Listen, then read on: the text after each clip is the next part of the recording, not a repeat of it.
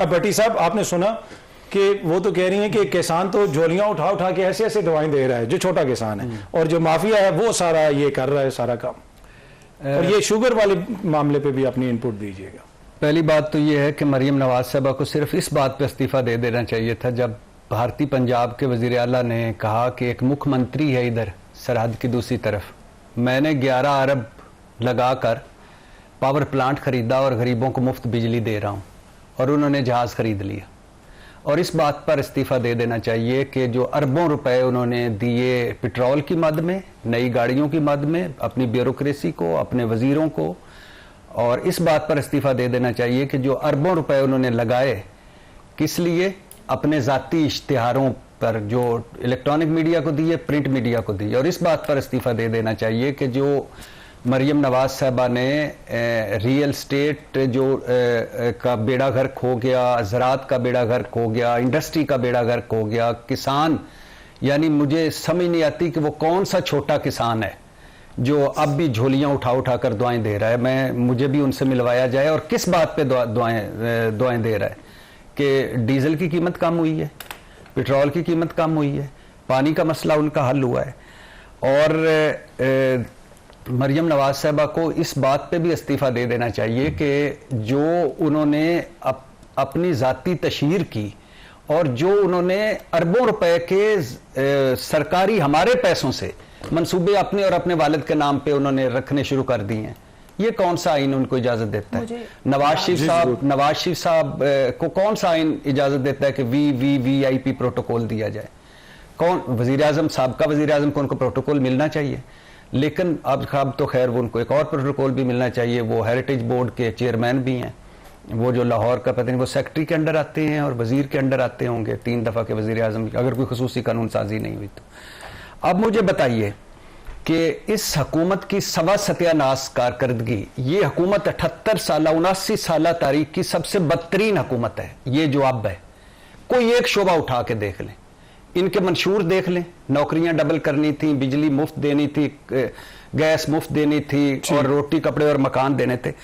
अब मिफ्ता इस्माइल साहब इल्जाम लगा रहे हैं, मिफ्ता इस्माइल साहब जिस पे पूछ रही थी आमना शेख साहबा कि आपने क्यों इल्जाम लगाया, मिफ्ता साहब कह रहे हैं पहले सस्ते दामों चीनी बाहर भेजी, फिर महंगे दामों चीनी मंगवा ली, फिर अब चीनी दोबारा बाहर भेजी जा रही है। और इसमें 3 चीजों की मजे, सब्सिडीज, टैक्सों में छूट, यहां कीमतें बढ़ाकर लें। और इमरान खान के दौर में वैसे कौन सा शुगर स्कैंडल आया था? इमरान खान का दौर वो दौर है जिसमें शुगर पर इंक्वायरी कमेटी बनी थी, और ये सारे इकट्ठे हो गए थे और उनकी हुकूमत को देने के लेने पड़ गए थे। इमरान खान का दौर वो है जिसमें IPPs जो डाके डाले जा रहे हैं उस पर इंक्वायरी रिपोर्ट आई सामने। और 2022 से अप्रैल 2026 तक जो इन्होंने हुकूमत ने 13,397 अरब की अदायगियां की IPPs को, इनमें से 7,121 अरब रुपए कैपेसिटी चार्जेस हैं। असल इस्तेमाल शुदा बिजली की लागत पता कितनी है? 6,275 अरब रुपए, बाकी इजाफी दिए गए। गंदम स्कैंडल, ये जो शहबाज शरीफ साहब की दूसरी हुकूमत में उन्होंने जड़बर अनवारुल्लाह काकड़ और प्लस इनकी आई थी, कुछ हुआ? चीनी पर कुछ हुआ, करप्शन पर बाकी कुछ हुआ है। IMF की रिपोर्ट है कि करप्शन हर सतह पर मौजूद है और 6.5 GDP का खा रही है। तो आपको ये शुगर वाले मामले में कुछ होता है? आज 20 किलो आटे का थैला कितने का है? आज बिजली गैस का फी यूनिट कितने का है? आज अवाम का क्या हाल है? और इस पर भी कुछ नहीं होना। क्यों नहीं होना? क्योंकि ये कौन है शुगर माफिया? कौन है? सिंध में कौन है? पंजाब में कौन है? बाकी मुल्क की जगहों पे कौन है? ये बड़े हमारे IPPs वाले कौन है? जरा उठाकर तो देखे ना, फ्रंट पे कौन है, पीछे कौन है, जरा तहकीक करके तो देखे ना। तो ये आपने मुल्क का सवा सत्यानाश कर दिया। 75 सालों में आमना शेख साहबा, 75 सालों में यानी हमारे मुल्क ने 45,000 अरब कर्जा लिया है। ये भी मिफ्ता साहब कह रहे हैं, उनको पीका का नोटिस भिजवाएं अगर गलत है तो। 45,000 अरब, 4 सालों में 40,000 अरब कर्जा लिया, वो किधर लगाए? चलें जी, हमने आपको देखिए, मैं ब्रीफली अगर कर दें रिस्पॉन्ड। भट्टी साहब बहुत सीनियर हैं, लेकिन मैं फिर भी इनको ना थोड़ी सी, शायद इनको इन्फॉर्मेशन नहीं है, पहुंची नहीं है, तो मैं इनको बता देती हूँ। क्योंकि 2 चीजें इन्होंने की। एक तो इन्होंने कहा कि किसान के लिए आपने क्या किया, तो मैं इनको गिनवा देती हूँ कि किसान कार्ड जो है वो 200 बिलियन रुपए उस पे किसान कार्ड की सब्सिडी में लोगों को, आवाम को दिए गए। 8,000 सोलर ट्यूबवेल्स पंजाब में दिए गए। ग्रीन ट्रैक्टर स्कीम है, इंटरेस्ट फ्री फाइनेंसिंग है, हर तरह तरह की हाई टेक मशीनरी आप जो भी लगाना चाहते हैं अपनी फार्मिंग के लिए, उसके ऊपर 100% इंटरेस्ट फ्री फाइनेंसिंग इस वक्त पंजाब गवर्नमेंट दे रही है।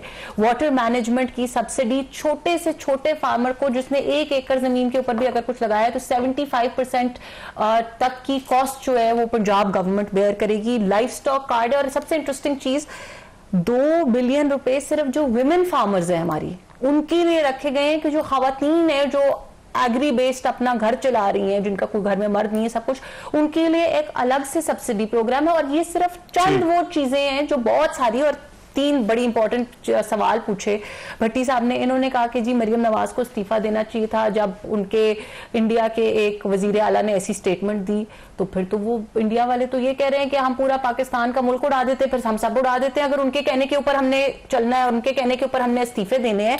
और आप सवाल कर रहे हैं जहाज का, क्या मरियम नवाज का जहाज रायविंड में खड़ा है? वो मरियम नवाज का जहाज है ही नहीं, ये मैं आपके शो पे बार बार कह चुकी हूँ। वो पंजाब का जहाज है, पंजाब हुकूमत का जहाज है, और पंजाब हुकूमत पंजाब की अवाम की हुकूमत है, पंजाब की अवाम का मैंडेट है, पंजाब की अवाम की अमानत है। पंजाब की अवाम ने वोट दिया, हमने हुकूमत बनाई, हमने वो जहाज खरीदा है इसलिए कि पंजाब की अवाम को रिलीफ दिया जा सके। पंजाब की अवाम को जब अपने नुमाइंदे की, अपने वजीर आला की जरूरत है तो वो उनके पास बगैर किसी ताकीर के पहुंच सके। जो वजीर आला कल आप कर दें, भट्टी साहब लॉबी करना शुरू करें, कल आप लाएं, वोट ऑफ नो कॉन्फिडेंस लाए, वजीर आला बदल दें, अगला वजीर आला जो आएगा वो उस प्लेन का उतना ही हकदार है जितना हमारा वजीर आला है। फिर इन्होंने कहा नहीं मुझे 2 और बातें करनी दीजिएगा। फिर इन्होंने कहा कि जी गाड़ी अगर किसी ब्यूरोक्रेट को दी तो उस बात पर वो इस्तीफा दे देना चाहिए। मुझे बताएं कि अगर आपका एक सरकारी मुलाजिम एक गाड़ी इस्तेमाल कर रहा है और बेयर मिनिमम वाली गाड़ी, वो कोई उनको कोई मर्सिडीज और वो तो नहीं दे रहे ना, अगर वो करोला गाड़ियों का एक पूल जो है वो बढ़ाया जाता है, एक ये एडमिनिस्ट्रेटिव प्रोसेस है, उसके अंदर कहां से वजीर आला के इस्तीफे की बात करनी है तो आप उनकी परफॉर्मेंस पे बात करें ना। आप बताएं कि पंजाब इस वक्त कितना सेफ है, पंजाब में आवाम को रिलीफ के लिए मैंने आपको 15 मंसूबे गिनवाए हैं, आप बताएं कि पंजाब के अंदर रिलीफ के कैसे मंसूबे। फिर आप कह रहे हैं कि एडवर्टाइजमेंट कर रहे हैं, हमारे पैसों से अपनी एडवर्टाइजमेंट करें। I am so sorry but I really have to make this clear, जी किसी की एडवर्टाइजमेंट नहीं हो रही। अगर एडवर्टाइजमेंट हो रही है तो उस मंसूबे की हो रही है। तो तस्वीर ऊपर अरशाद भट्टी की लगी होती है हर जगह पे, तस्वीरें तो मरियम बीबी की लग रही है ना, तस्वीर उस मंसूबे को करने वाले की लग रही है ना, क्योंकि वो अपनी जेब से कर रहे हैं। नहीं, अपनी जेब से नहीं कर रहे। फैमिली के नाम पे मंसूबे, फैमिली के नाम अपने नाम पे मंसूबे, मरियम नवाज हेल्थ क्लिनिक, मतलब ये इतनी ज्यादा तो आप अपने नाम पे क्यों बना रहे हैं? पाकिस्तान के नाम पे बना रहे हैं ना, या तो आप कहते हैं कि अपने घर में बना रहे हैं तो मैं आपका गिला जायज था।